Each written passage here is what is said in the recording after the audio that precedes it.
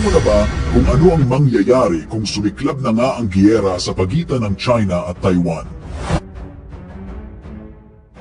Sigurado, kung magkataon ay magiging direktang paghahamon din ito ng digmaan laban sa United States.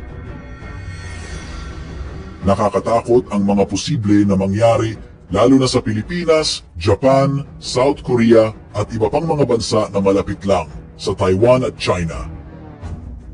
Sa video natin ngayon, ating aalamin ang mga lugar na pwedeng madamay o magiging battleground ng digmaan kung sakaling sumiklab na nga ang digmaan at kung ano ang magiging epekto nito lalo na sa ating mga sibilyan.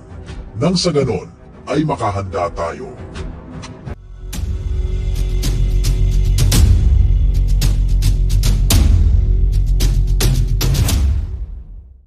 Ang bansang China, malaki, malakas at may matatag na ekonomiya.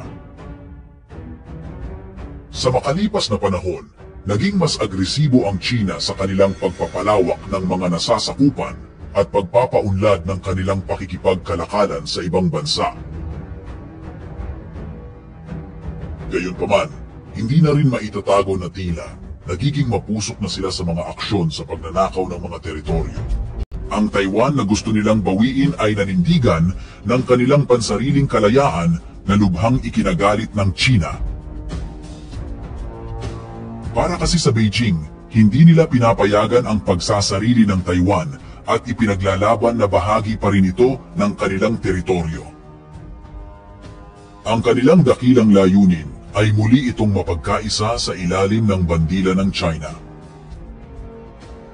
Mas lalo itong uminit ng mahalal ang bagong pangulo ng Taiwan na si Lai Ching-te. Isang separista at may malakas na paninindigan si Lai Ching-te.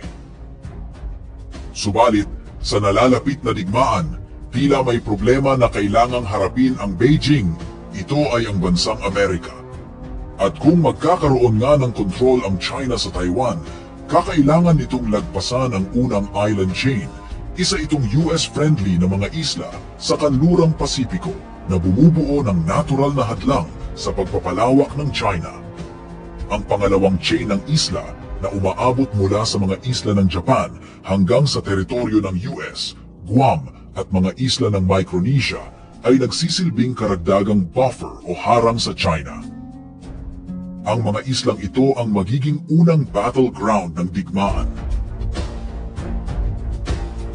Nagkaroon ng makabuluhang pamumuhunan ang China sa seksyon ng pagpapalakas nito sa kanilang puwersang militar.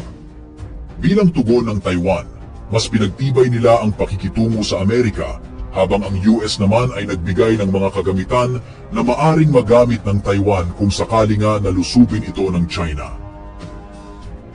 Tiyak na kapag sumiklap ang digmaan, ang unang magiging arsenal ng China laban sa Taiwan ay ang mga makabago nitong missiles at drones.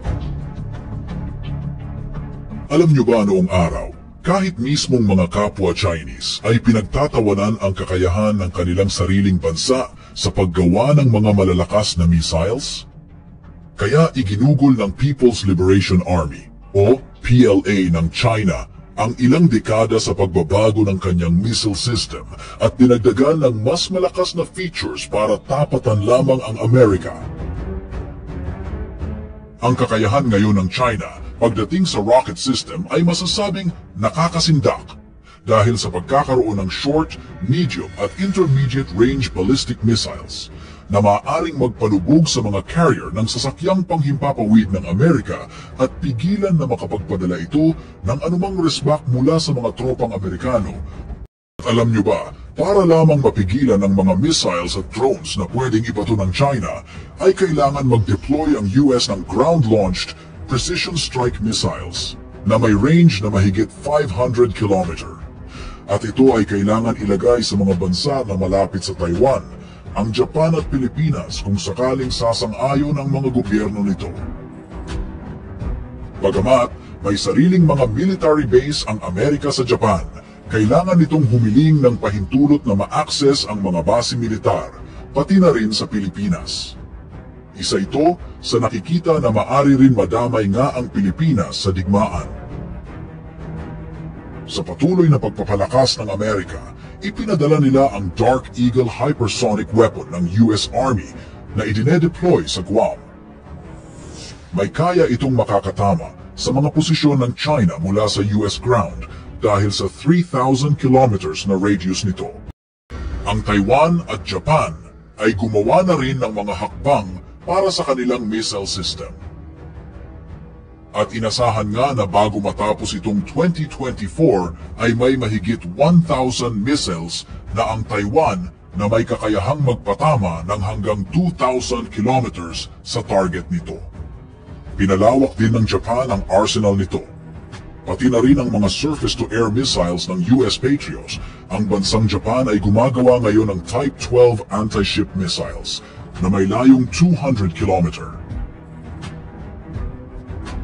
Ang mga Tomahawks na maaaring ilunsad mula sa lupa o dagat ay inaasahang maihahatid sa taong 2025. Ang mga maliliit na isla sa timog kanluran ng Okinawa ay itinuturing na maaring lugar para sa pagtira sa puwersa ng PLA. Ito ay ayon sa isang eksperto.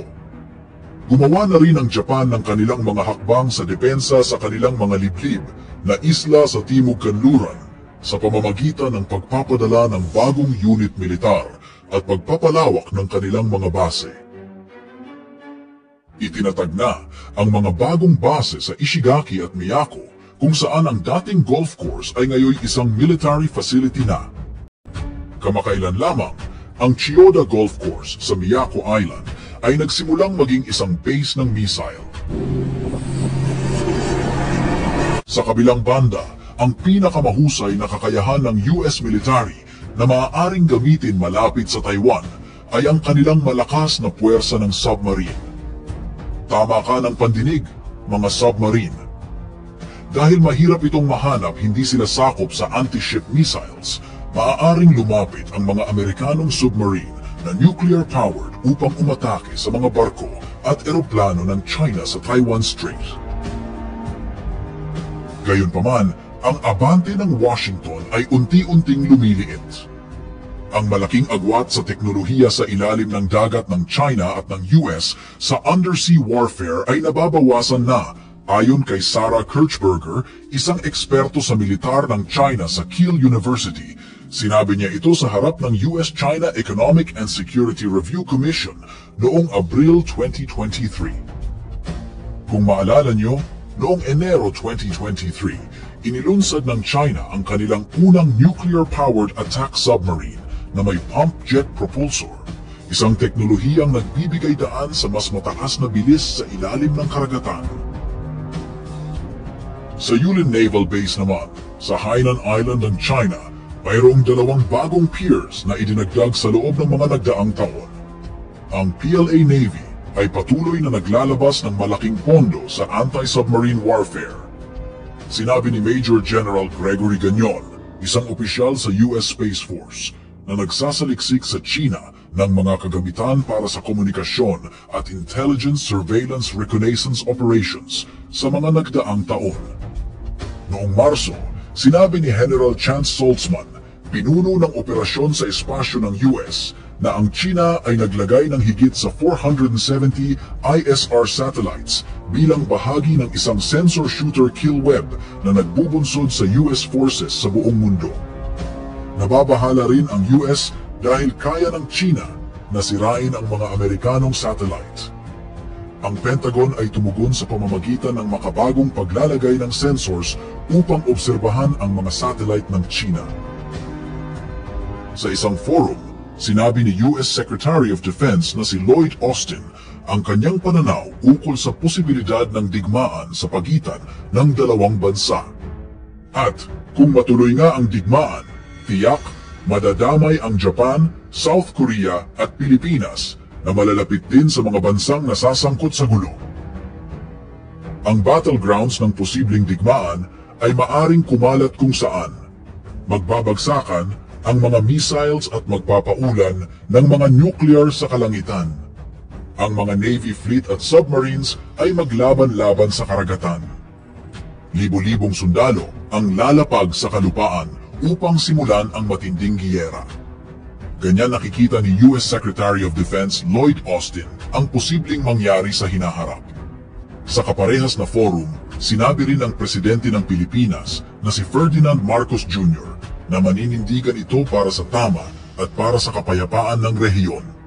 Isa ang Pilipinas sa nakakaaway ngayon ng China at maaari nga na madamay rin ito kung sakaling sumiklab na ang digmaan. Matapang kasi na sinagot ni President Bongbong Marcos ang pwedeng mangyari kung sakaling may napatay noong binomba ng Chinese Coast Guard ang ating mga tropa.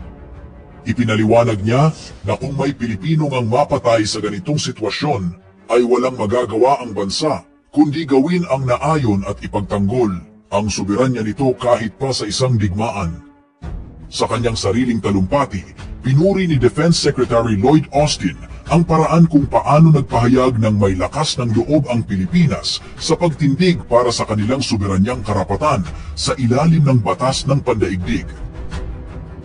Subalit nang tanungin kung ano ang magiging reaksyon ng US sakaling may Pilipino ang mapatay sa isang pagtatagpo sa China, tinawag niya itong hypothetical. Sa mga nagdaang taon, mabilis na pinalalawak ng Beijing ang kanilang Navy fleet at mas lalong pinalaki ang sandatahan. Nagkaroon din sila ng kumpiyansang palakasin at ipagpatuloy ang pag-aangkin sa halos buong South China Sea. Malakas ang China kung pagbabasehan ang mga active soldiers nito at mga reservist. Subalit, ibang usapan na kung teknolohiya at advanced weapon ang paglalabanan. Dito nakakalamang ang Amerika, magaling sa taktika at may solido ng karanasan sa napakaraming digmaan. Hindi rin natatakot ang Amerika na makidigma sa malalaking bansa kahit pa sa magkasabay na giyera.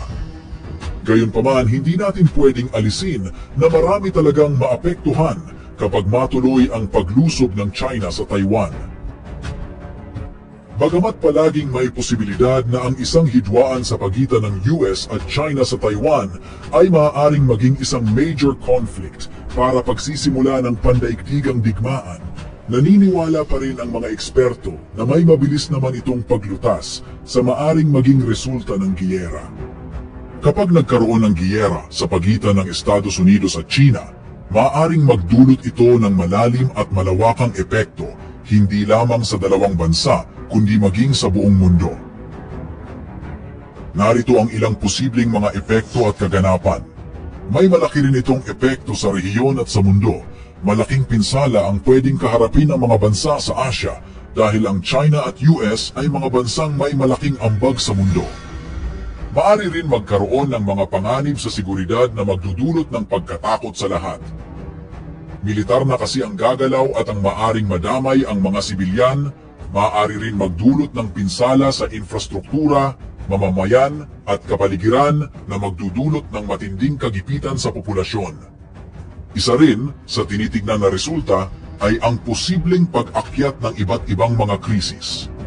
Ang isang digmaan sa pagitan ng dalawang malalaking kapangyarihan tulad ng United States at China ay maaaring humikayat sa iba't ibang pangkaguluhan tulad ng nuclear crisis, cyber warfare, power shortage at civil war sa mga kaalyado nitong mga bansa.